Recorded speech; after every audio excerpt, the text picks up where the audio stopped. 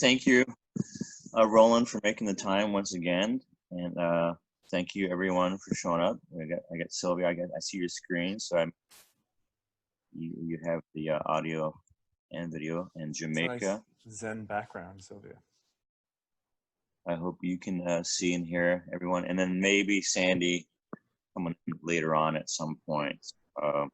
So, you know, we brought.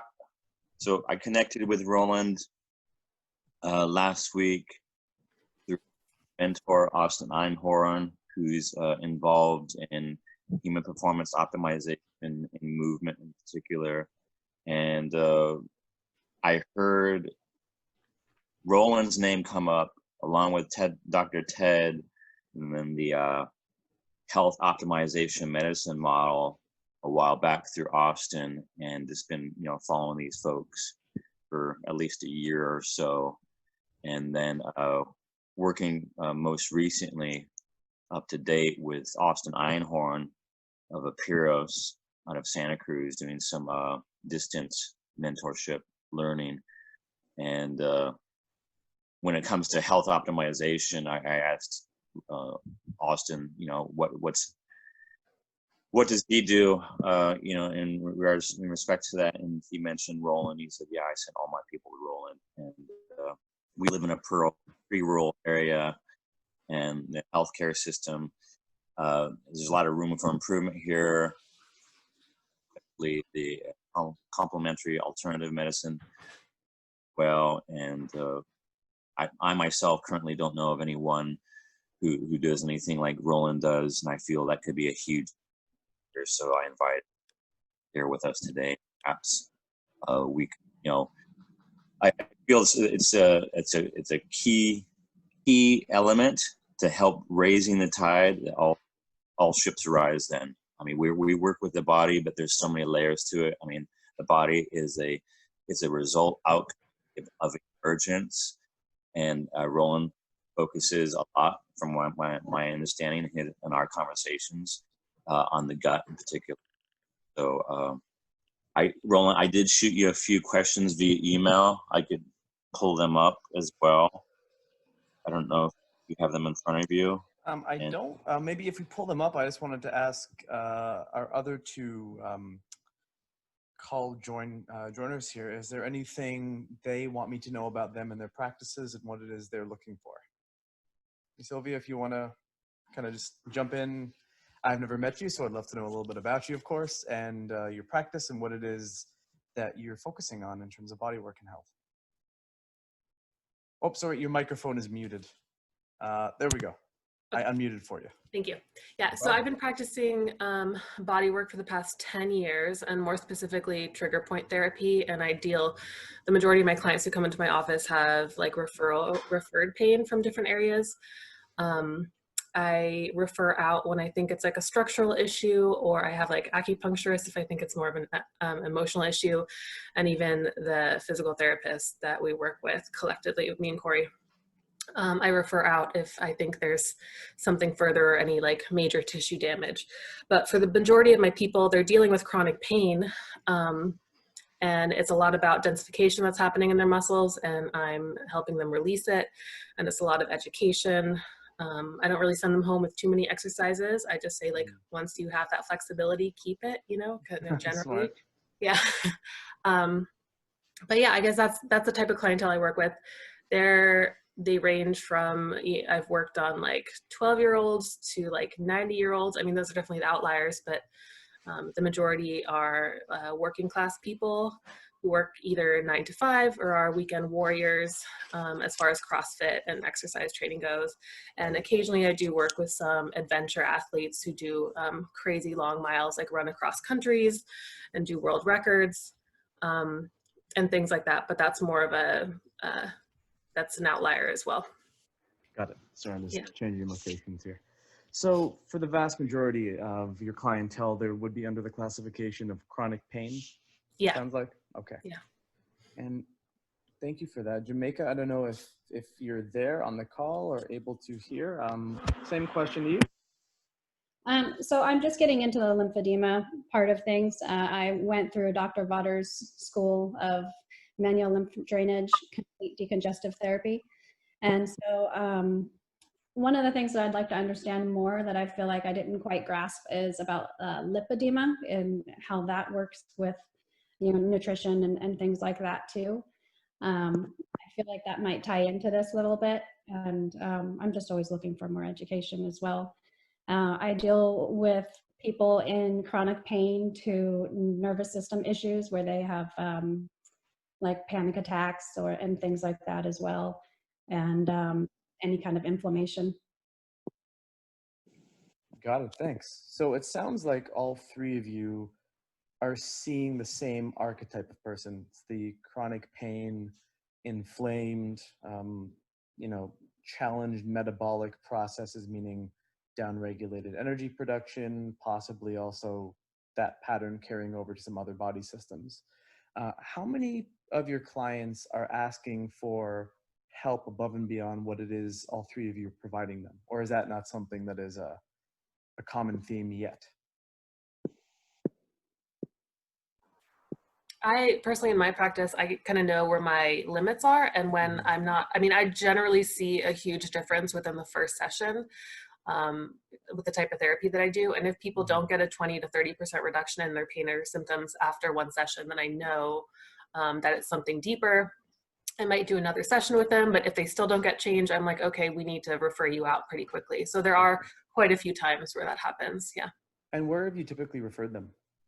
And have you gotten success with this cross referral? Yeah, physical therapy has helped a lot.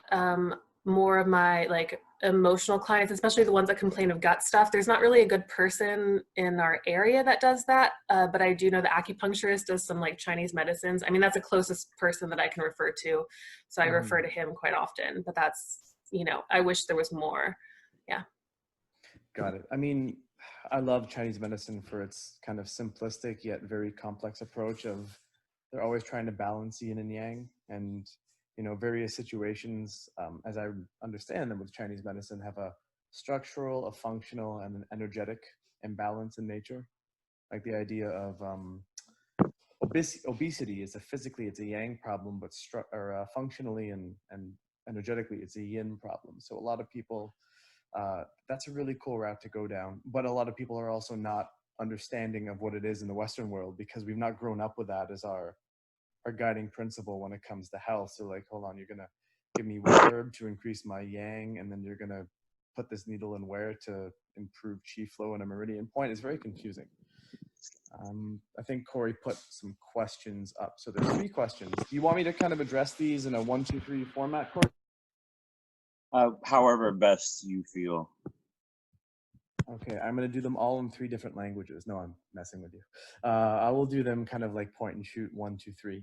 So the first one is, what general symptoms that are common within the skeletal muscular system, which might be further supported through a functional approach? I mean, the short answer is if there's an imbalance in someone's body, it's never just going to affect one thing, but it's going to be systemic in nature, but show up in the area that is most challenged. So an example of that might be if someone has a lot of musculoskeletal pain, and that's as a result of some kind of systemic inflammation thing that is driven through a food problem, well, then the GI system is going to be the point of which the interface between the imbalance of the inside of the human body and the outside of the human body is your best target.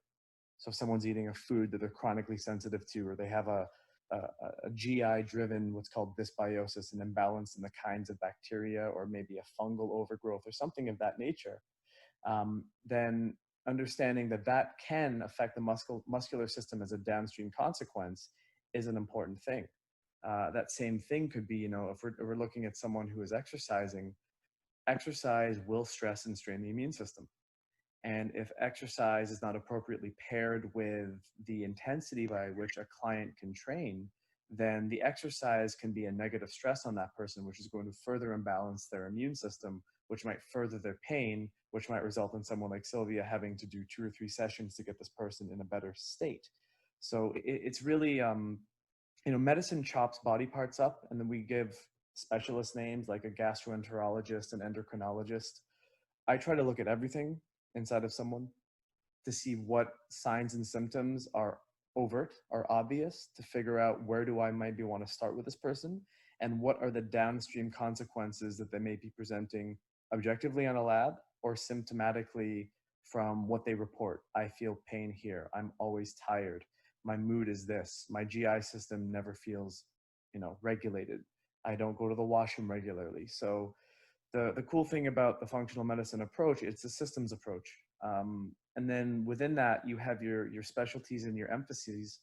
What I found is that most people suffer from digestive, immune, inflammatory, metabolic problems. That's kind of at the root of all chronic degenerative disease because it's uncontrolled, unresolved inflammatory processes constantly being driven by some kind of internal imbalance and some kind of external stimuli. So the most important thing is being able to look at how many different areas that can be addressed. And, like Sylvia said, there are things that can be directly done in an acute way. And then you will get signs and symptoms and feedback from the body if that acute thing was just that, it was a physical related symptom. But if it keeps coming back or if it never totally resolves itself, it might be connected to something deeper that you have to, unfortunately, dive a little bit deeper into the body in order to figure out. Is that a fair way of answering number one? Everyone kind of get the gist of what I was trying to say there? Anything to add there, Corey? No, what comes to my mind, and maybe this little detour, but you mentioned Chinese medicine in the beginning, and I think there's a saying within Chinese medicine, like if you don't hear your body's whispers, if you continue on, you'll hear it screams. Mm-hmm. The body is very intelligent, and I'm way probably smarter than all of us. it's the smartest one in the room. It always has and always will be, and so the symptoms are there for a reason. And so, rather than just, there's a time and a place, but go further, dig deeper beyond the symptom, and that, and I'm probably preaching the choir as well. We probably have heard of this or are very familiar with it, that there's this gut-brain connection. The body is one piece. If we look at embryology, it started out with one cell, and then it continued to divide and develop, and now we have about 100 trillion cells today. But it's all tied together. It's like a spider web.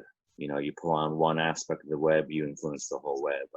Or another way you could look at it is like if you were to take apart one of those old wind-up watches and put it on a cloth napkin or something, and just point out just one piece and just say, okay, what part tells time? It's not just one part; it's the entire watch. Mm-hmm. And Roland was saying, digestive system and inflammatory these responses, and I think in most cases, the typical Western diet is highly inflammatory. I think 90% food purchases in U.S. in particular are fast / processed food diets. And Roland, you probably can help me with this one. As far as leaky gut, as far as my understanding, like the big culprits behind a leaky gut is stress, alcohol, pharmaceutical drugs, and food intolerances. And there are some of the major inputs. Leaky gut is a systems breakdown, right? So your digestive system is still considered to be the outside of your body, which a lot of people scratch their heads at when they hear that statement. But it is not in direct contact with your circulatory system as other organs are. So it's still there to be somewhat of a physical barrier to the inside from the outside. So when people have an issue with leaky gut, what ends up happening is that physical barrier, which isn't really all that well formed to be a barrier, because then it would be very bad at absorbing things, becomes physically compromised. So there's like a breach. If you ever seen a space movie, think about what happens when someone's out in space and they have a breach in their spacesuit, right? It's systems critical.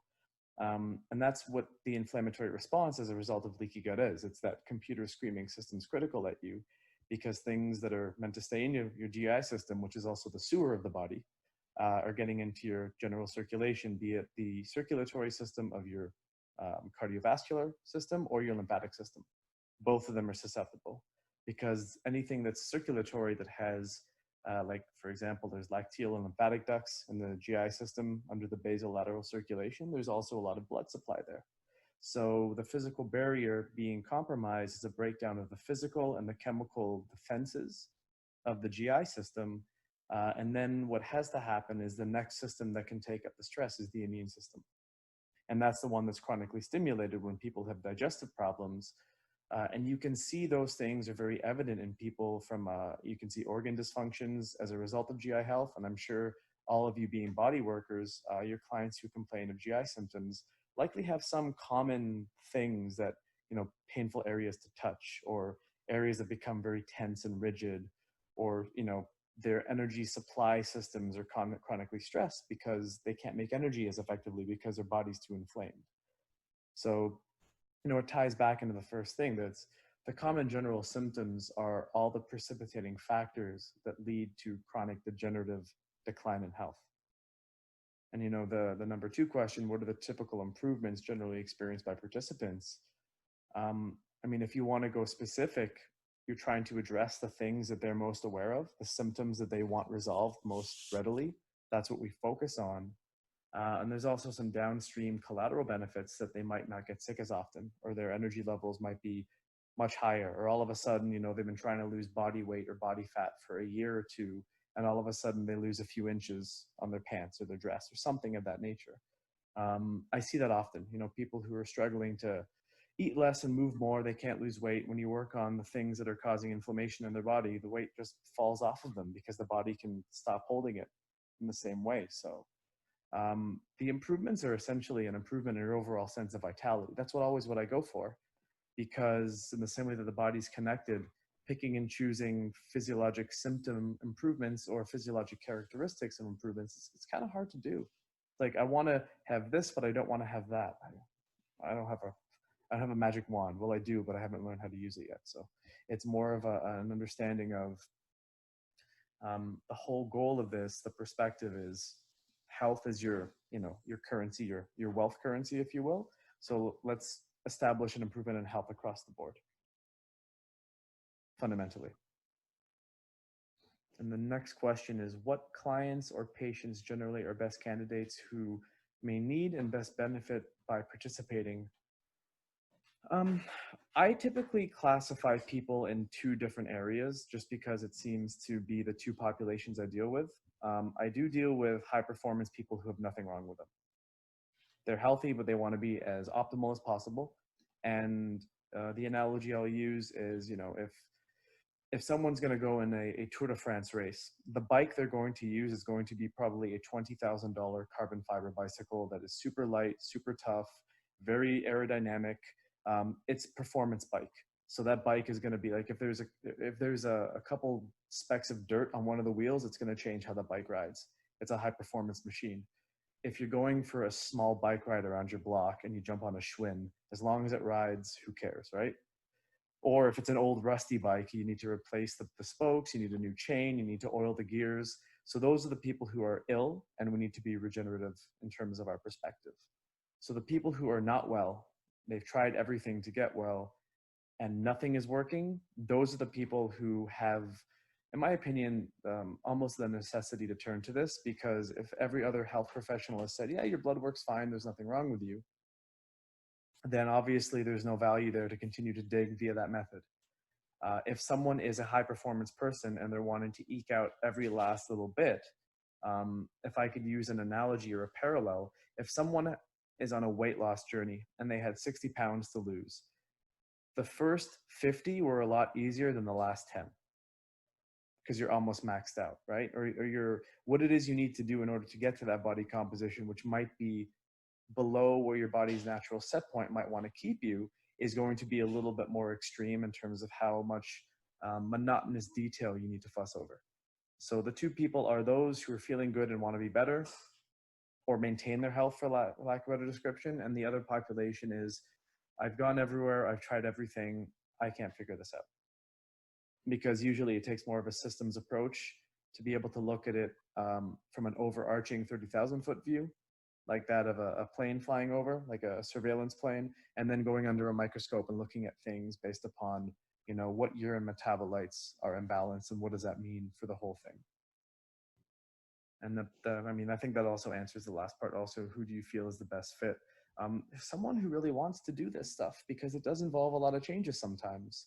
And humans are sometimes reluctant to change if they have emotional symbolism tied to it. So ideally, if someone's kind of waffling on this, I would rather they not invest, you know, $2,000 to $3,000 in a program that they don't necessarily have the confidence in completing or adhering to themselves. Someone who I feel should be pre-qualified of, okay, I'm ready to do this. I've accepted what it takes. I've accepted that there's change involved. And I know it's not going to be overnight. I tell all my clients, you know, how many years have you been struggling with symptom X, Y, and Z?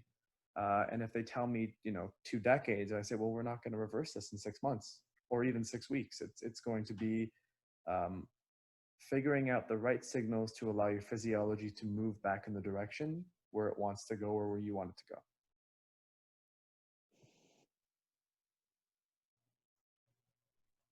Great, thank you. It sounds like you also help coach the person towards more optimal behaviors. I think you have to. As I told you last time, you know, I don't want to create a relationship with a client where they text me to see if it's okay that they have a bite of cheesecake. You know what I mean? It's like, if your body's healthy, you have the right to do things that are maybe away from normal behaviors and not be so thrown off. But if someone's system is so sensitive that the minute they eat legumes and their GI system gets blown out of the water and they feel like shit, those people need to understand that engaging in those behaviors, no matter how much you like them, is the thing you need to actually really pay attention to and be aware of. But once you're healthier, it's your body, it's your decision, it's your health. And ultimately, if you've done the work, there should be very little fear of doing something like that. There's only the, you know, the consequential, hopefully we've worked on this, like don't look at yourself with shame and guilt for doing something that a health professional wouldn't necessarily approve of, because having a glass of wine and sometimes having a little cake on a celebration is part of what being alive is all about. So I don't want to develop neuroses in people, because there's a fine line between becoming overly obsessive about every little thing that's wrong with your body, and you start creating those whispers that become screams because they're your own, they're not your body's, it's your relationship to them. But that's, I mean, I'm not a psychologist, so I try to keep it pretty simple when it comes to relating with people. Are there any low-hanging fruit action items that you coach people towards? I mean, generally. The biggest thing is taking stock of what their life looks like and seeing how much they're in a sympathetically dominant nervous system state. Sympathetic dominance is the default state for probably many people in the Western world, and it's the opposite of how the human body was designed to be. You know, rest and digest, our parasympathetic activity is something that we were meant to sustain. And the weird thing about the neurological system and functional neurology is, you know, neurons that fire together wire together. So people who are sympathetically dominant become much better at being sympathetically dominant, and they lose parasympathetic stimulation access. So that's a big thing, because no matter how well, you know, if someone's a prisoner of war and I give them organic kale and a multivitamin, they're not going to be in their best health. So it's knowing those kinds of things too, is when you're working with someone is for them to take on the responsibility of their health. Because if they see you once a week, Corey, or twice a week, and they go to Jamaica or Sylvia 1 or 2 hours a month, you know, in a week there's 168 hours, and my mental math isn't that great, but you know, there's over 1,000 hours in a month. And if those people are not going to be accountable for all those hours outside of being guided by a health professional, this thing will never work long term. Yeah. You know, one of the things that came to my mind with what you just said is that I imagine that people who are in chronic, so inflammations essentially, from my understanding, is heat, redness, pain, swelling, and impaired function. And so if we have one or more of those, we have, and especially on a regular basis, we can say we're chronically inflamed, which, and a lot of times are the precursor to these modern diseases. In particular, I've heard the term the four horsemen. The four horsemen are cancer, diabetes, heart disease, and Alzheimer's, I believe. Yeah, I guess it's probably up there now. But I guess what I'm saying, so like if we have someone who's coming to us because they have an itis, you know, that's inflammation, ongoing basis, perhaps like I said, that person's perhaps a bit more wired more towards the sympathetic fight, flight, fight and flight rather than digest and repair. I mean, it doesn't even need to be a conscious thing, because chronic inflammation, and there's different branches of inflammation. The heat, redness, swelling is classical acute immune inflammation, but there is also molecular and metabolic inflammation, which are separate categories of pathology that are driven by different factors, but they can cross over and often do. And if someone's in that without the perception of being in fight or flight, their body will have to address that via what's called an HPA axis response. So it's the brain's understanding of knowing that these inflammatory compounds are chronically being secreted. So there's a fire in the body, and the best fire blanket is cortisol and other compounds to try to offset, it's like trying to contain a wildfire in California. I'm sure there's strategies that are employed. The body has the same kind of strategies. So if these people are not addressing, if they're trying to throw water on a fire without realizing there's a drip of gasoline that's going to the fire, and that gasoline can be from a multitude of different sources, be it internal gut toxins leaking into the bloodstream, eating a combination of chronically inflammatory foods, nutrient deficiencies, environmental insults, eating and drinking a lot of chemical herbicides, pesticides that are used in modern agriculture, emotional traumas, relationship stresses that may be there, whatever it is. I mean, stress is the thing that pushes the body out of whack, but I can't measure stress. So I have to measure something. And it's a collective data set of my lab tests that allow me to see where someone's stress is being detected or is detectable from a lab objective data perspective. I'm thinking a little bit as far as like marketing to clients, and things need to be really simple and easy for them to understand. So when I try to explain to my clients what Corey does, I'm like, well, he's a wizard. He's like a life coach and a guru. And they're like, oh my God, that's too much. Like, break it down. Like, what does he do actually? So like, what's the best way that you can explain, like, this is your title, this is what you can expect if you come work with me. I know there's a 6-month commitment. Just like what the client, how to sell it to them, because they know nothing about this world. So with your population, I've gotten away from the term optimal health specialist because I think it's a little cliche and overdone. I think because if it's an athlete, my true focus is athletic health specialist, or athletic health recovery, something of that world.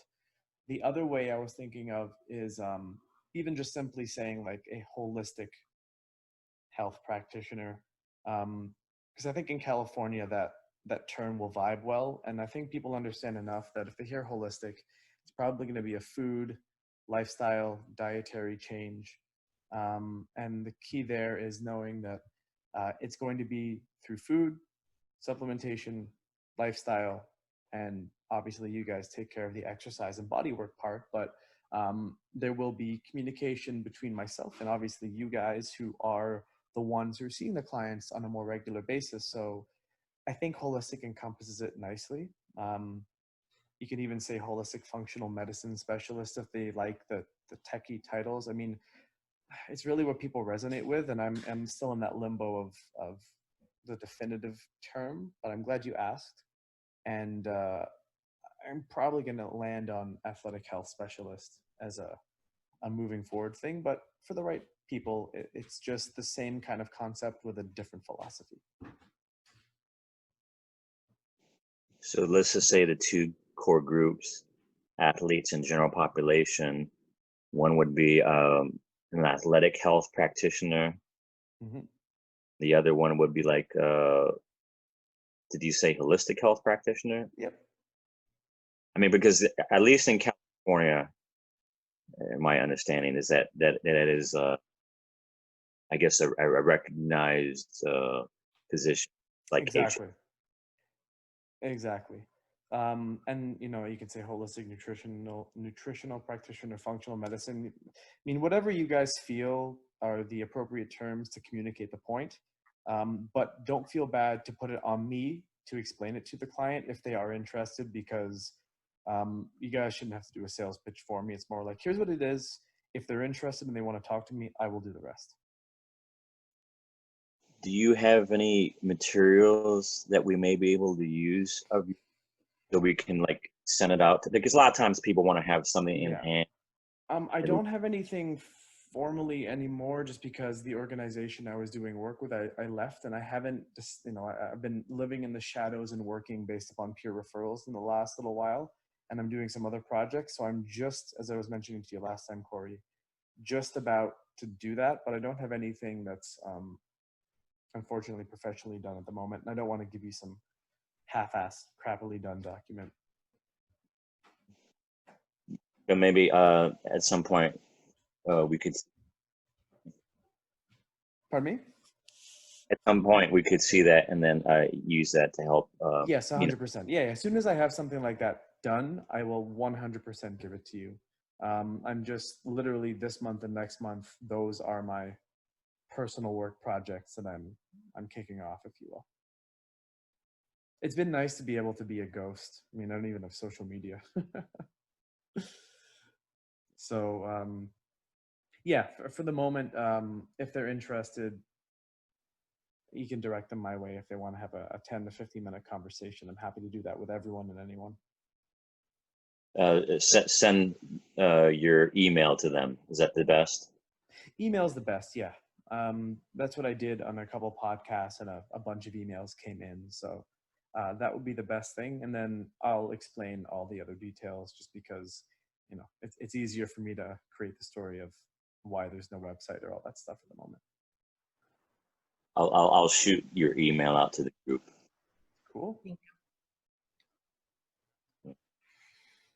Anything else, Roland or Sylvia or Jamaica? I just have one more. So like, given the current climate that's happening right now in the US, I was just wondering like what your views were on like diversity and inclusivity, like when it comes to your business. And if you have any, like, I know you mentioned past trauma with clients, but like racial trauma is also a thing. And if you've studied that or looked into that as well. I have no expertise on the matter. Mhm. I'm not trained in anything to do with, say, sociology or anything of that. The wonderful part about where I live in Canada is everyone is an immigrant. So, some of my best friends are the most culturally diverse group you'll ever see. In that sense, I wouldn't feel, are you asking in a sense of helping someone through that if they have been the victims of that per se?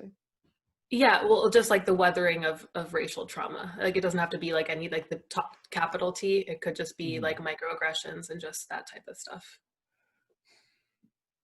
I mean, as a health practitioner, I look at all human bodies as a human body. So, other than maybe reference ranges that might be applicable to different categories of ethnicities, I try not to bring that in as a topic of discussion too often, because for me, a client's a client, a person's a person, and everyone's equal.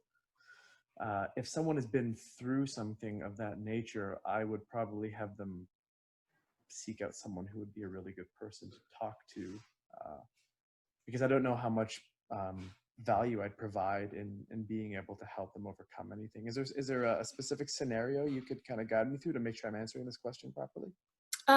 No, I mean, I'm just trying to get a feel of like what practices other businesses have now, because it's just a topic in the news, and I just want to see, Got it. I mean, like even Nike and Adidas and like CrossFit have all made statements on the matter. Yeah. I've never been asked that.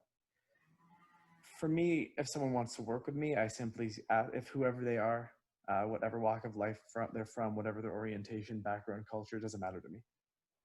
I think everyone hopefully deserves the right to optimizing their health. The one thing I will say is that there are certain scenarios, like for example, if there is a female client coming to me with a lot of female related hormone issues, I will refer off to my girlfriend because that's her specialty. I don't have that anatomy, so no matter how much I can study something, I can never experience it, so I'll never be able to talk to it and relate to it the same way.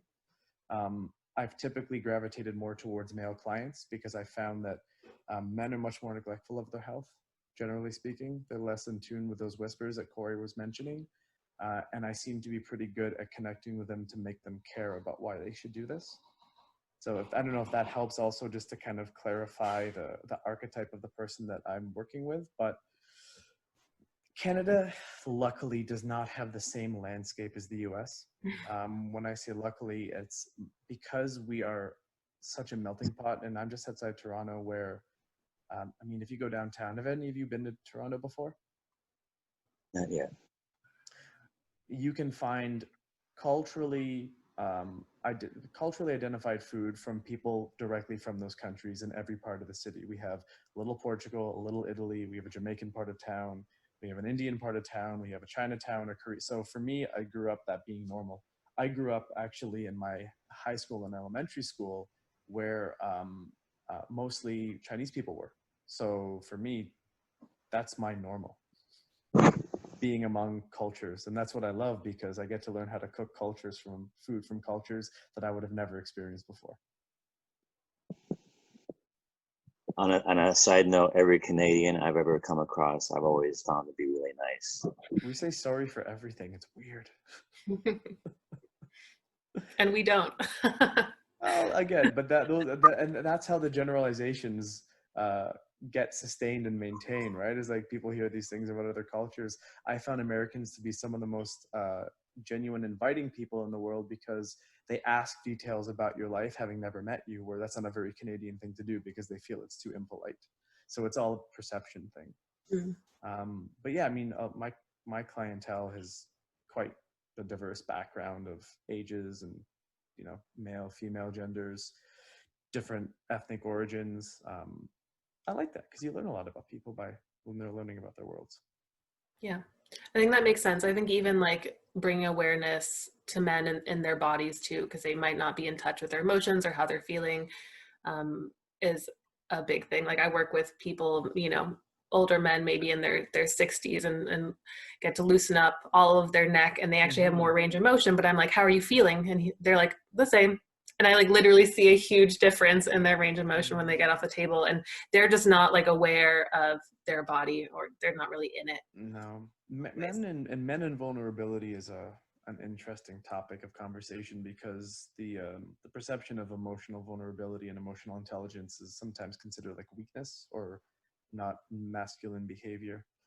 And you know, the art of going to see someone to help you with your health is the art of being vulnerable in and of itself. So the degree of openness is going to be directly correlated with the degree of potential success in an outcome. And what makes people always feel pain to a degree is having to pay for something. And if it's not inexpensive and they're going to piss it away, and my perspective is I'd rather they not pay than pay for it and then dig a deeper hole of, you know, anger towards self from doing so. But yeah, that's a cool question that you asked. I like that because funny, I never think about it. I know the landscape in Canada is a little bit different in terms of the political and the racial stuff. And I'm glad that we don't have to deal with that here as much as you guys do, for my own reasons, obviously. And I'm sorry that you guys do. Hopefully it's not for very long. But everyone came from somewhere. If everyone can remember that, then they'd all be much better off. Yeah. Thank you. You're welcome. Roland, you mentioned something about archetypes. Do you kind of, you know, borrow from that model at times?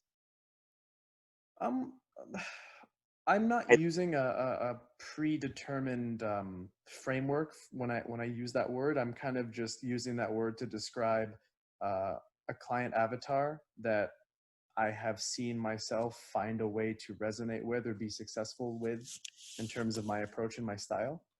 So when I use that term, it's to be descriptive of the kinds of clients that I typically have been working with or want to work with. Right, because I think there's at least a dozen or so, but athletes typically are more of the warrior Mm-hmm. type, and then I'd imagine sometimes with people in chronic pain, they might start to take their pain more on as part of their identity, and so then Mm-hmm. perhaps it's more of a victim archetype. Mm-hmm. I would say that's probably quite accurate. I mean, the thing about the athlete archetype is that I used to do professional martial arts, so I understand the mentality. And I've also worked with people in the professional ranks of sports, so I understand what it is they have to do to maintain that level of performance. Um, on the other side, I've also worked with and have seen those who have become their disease or have become, uh, I mean, pain changes you, changes your personality, changes how you look at the world. So knowing that going in helps you kind of see the world through their eyes. And I think that's part of the expertise of client practice, is being able to understand, even though you may not identify with someone in the same way, or you may not agree with them, being able to see the world through their eyes is a very important thing for building what I call therapeutic rapport or clinical rapport. Uh, What What's your thoughts on lipedema and your view? Have you worked with anybody with that, and were you able to help them? When you say are you talking about dyslipidemia, like metabolic imbalances? Yeah, it's like a where there's extra fluid or between their fat tissue or their fat cells. Yeah, But not as a pre-diagnosed condition, but anytime you have those kinds of scenarios, it is definitively 100% connected to metabolic and inflammatory issues, because holding water, edema in and of itself, is a inflammatory response by the body. And then when there's issues with fat cells, people forget that fat cells are metabolically active. They produce cytokines, similar chemical messengers to immune cells. They also produce their own hormones. They alter the relationship between the body's metabolic capabilities of regulating energy metabolism. So those people typically have the same kind of problem sets. To overly generalize it, to make it kind of like fit into a compartment, when I describe it, there is certain things that someone who has a lipedema consideration will have to think about, that someone who has an autoimmune or a GI issue will have to think about. And it's something is imbalanced in the main axes of the bodies that control the expression of health. But to your question about working with a client in that way, I haven't worked with someone who's been pre-diagnosed, but my considerations would be, how do you address metabolism, support metabolic function, looking at diet specifically, detoxification pathways, because stagnant lymphatic flow is going to be compromising your ability to transport anything through that system. And then, of course, what are the consequences of what that client's experiencing? Usually those people have issues with energy metabolism, extra pain sensitization, as you mentioned, holding excessive fluids in areas. So things are too stagnant in their system. How do you get things moving again? Sorry, the neighbor kids are playing with my dog right now, but I have a question about like how you got to where you are as far as like in this health world. Like, were you in chronic pain? Were you coming from an athlete's perspective? Yeah, I'd just love to hear your story of like what, started your passion around this. Sure. Yeah, thank you for asking. It started, I was in exercise for many years. So I actually studied exercise mechanics, and I used to fix when I say broken people who had joint problems, dysfunction, whatever you want to call it. But I love the athletic world, so I would want to train athletes too. I would walk the line between both. And after I got into competitive martial arts, I wanted to learn how I could always get a leg up on everyone. So, what is it I need to eat? What supplements do I need to take? How can I train more effectively? And it made me kind of obsessive about human health in general. And when the universe blocked my ability to open a fitness facility, I was forced to figure out what it is I wanted to do. And I decided to go back to school for nutrition. and that was when I was 26, so it wasn't too long ago. And then after I went back to school for nutrition, I really started enjoying the process of learning about how the body worked. And it was funny, I was in the holistic program and I was hoping that, oh man, if there's only a way that I could do something that was kind of like what a doctor does, but not in the medical route, then I realized this world of functional medicine existed. It opened up to me. And I started teaching at that school. After I graduated, the owners asked me to teach. And shortly after that, a supplement company had approached me about building out an education system for them. They were from Quebec, and I don't know if anyone knows anything about French-speaking Canada here. They're totally different. So they gave me a job and they said, go work. And I didn't know what the hell that meant. So for me to be ready, I had to basically look at every ingredient that was in every supplement that this company made and figure out how it worked in the body. And then I had to start lecturing.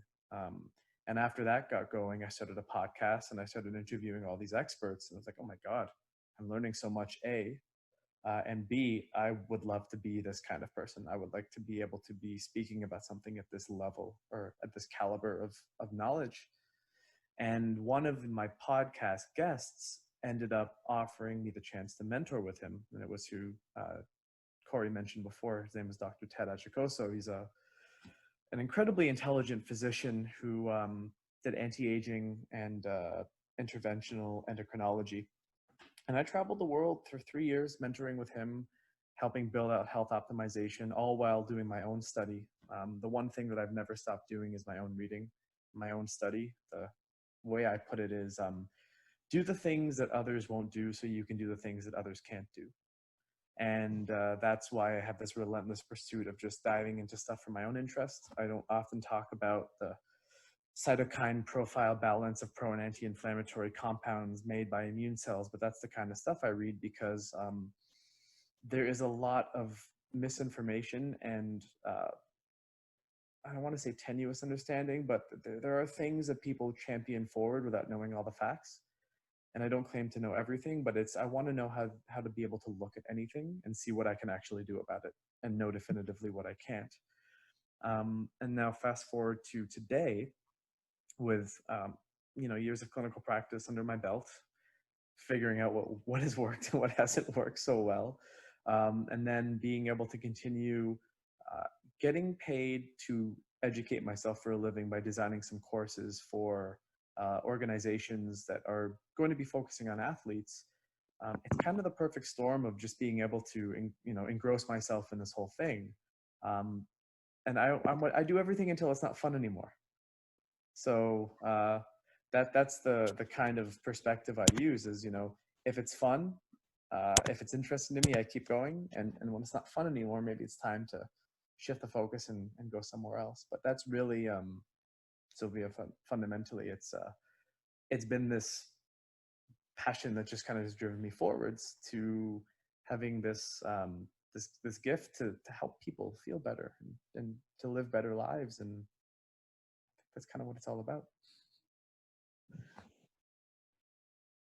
I just shot you a message, Roland. I don't know if she's hopping. I don't see anyone in the waiting room. I mean, either way, we have this recorded, and I'll send it as a link, a Google link. Roland, you mentioned women, and then you mentioned your part. So, for the women who are seeking this sort of service, work with, just forward them to you as far as your email, and then you'll make the connection. Is that right? Yeah, my girlfriend does have a website. I believe it's called The Cultured Gut. Hold on, let me just pull it up very quickly. I can put that in the chat. And of course, my mouse is being weird. There we go. And then Roland, can you turn on Jamaica's video? Things are. Yep.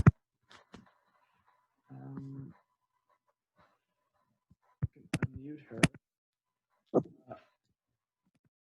I asked her to start video. I'm not quite sure which device you're using, Jamaica. I don't know. I have an iPad, and so I see the upper bar, and it's a little bit more to the right. I guess I would click on that video.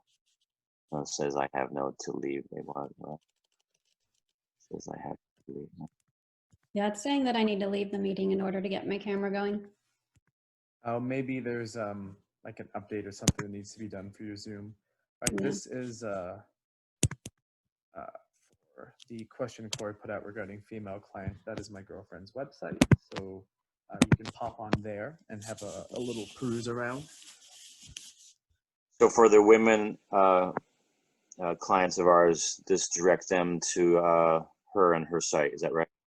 Yeah, I mean, I think especially if it's hormone related stuff that has to do with talking about some more sensitive issues. I can only speak from A, experience, B, logic, but sometimes, you know, just as a man may not want to talk to a woman about certain conditions, it's just nice to have both options and opportunities available because it's really trying to accommodate the client and where their level of comfort is. Like if someone's having, you know, heavy irregular bleeding and they just seeing me as like, I don't want to tell this guy this, they're not going to be as open and forthright as they would with someone who they're totally comfortable with. So I believe that's a big part of the client experience. Do you guys kind of still work together in those cases? We do, yeah. We always cross reference each other for all cases. So even if it's not, you know, my direct involvement, I still take it as an opportunity to learn. Just the same, male client may not want to tell anyone but Corey here about his erectile dysfunctional problems because that makes people feel less manly. That is It's kind of not, what it is. I was gonna say it's kind of common, unfortunately. Yeah, so I just look at it as it's better to have two than it is to have one as options. So Sandy's here. Hi, Sandy. Oh, you're muted. Hold on. There you go. It's Welcome. kind of funny. Just actually not talking about erectile dysfunction, but talking about hormones on a call. Sorry, I was late. No But worries. that was kind of an interesting transition because this is exactly what we were just talking about.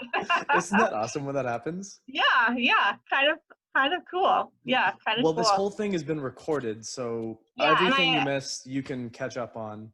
Yeah, thank you for that, and thank you, Corey, for setting this up. Even though I'm coming in on the tail end, but All good. It's all yeah. good. But yeah, pleasure to have you here. I mean, did you have any questions at all? Because I have to jump off at around 1:30 myself. Yes, I had told Corey some of my questions, and he actually answered quite a few of them before. Okay. So yeah, if I have anything, I'll probably just send you something after I watch the. Yeah, no worries. And Corey, you can share my email with everyone here, right? Or you probably already have. I will after this. Perfect. Anytime you guys have questions, even if it's something relating to a client that won't be a client I'm working with, but you're stumped, I've always made myself available for that just because sometimes all it takes is a quick, you might want to look at this, and that changes everything. Fantastic. Thank you. I wanted to say something real quick in regards to, I guess, inclusivity. If I'm saying that right. It doesn't work sometimes. Anyhow, this is a saying, I believe it's from osteopathy, that the human body is designed for health and movement. And so I think, Roland, you, by listening at least, I look at the human body as that of our species. And, you know, we all have, I mean, it's essentially the human species has this, you know, we have this shared genetic about ourselves, and then we have the phenotype expressions. So the one within the many and the many within the one. That's kind of we all come from the same place. We all go to the same place. Exactly. At least I think so. I'll find out one day. We're not getting out. Yeah, and I mean, the most important thing is not to take life too seriously. I mean, we're here for fun and learning, hopefully. So, Roland, incredible as always. Appreciate you. Appreciate everyone here today as well. Thank you for setting this up, Corey, and thanks everyone for being here. Sandy, hopefully no longer next time. Just messing with you. But yeah, if you guys have any questions at all, or if you wish to contact Ayla, her contact's on the website, or you can get her through me as well. If you want to talk to her and see her approach to things, because we have similar philosophies, but obviously different expertise and interests. So it does allow for a slight different perspective on certain things. But yeah, we have our wheelhouses where we work really well. And if there is anyone who is interested or you think is in need, please don't hesitate to direct them my way and let me do all the dirty work. Where are you again? I'm just outside Toronto. Cool. Good old Canada, eh? Good. Okay. I can turn on the accent anytime I want and turn it off anytime I want. Hey, I'm from Wisconsin. I totally get it. Oh, don't you know Wisconsin? Don't you There know? you go. Yeah, there, hey. Oh, yeah. Well, you kept going west until you hit water, right? As far away as I could get.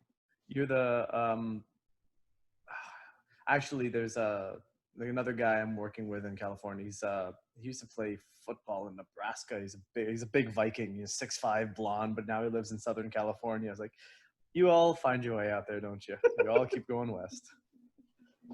I love California. I'm just a little bummed out that I can't travel down there, but if I do, maybe we'll take a jaunt north, because I've never been further north than probably like Napa or Sonoma. So, you know, it's a beautiful state to visit. Come on by.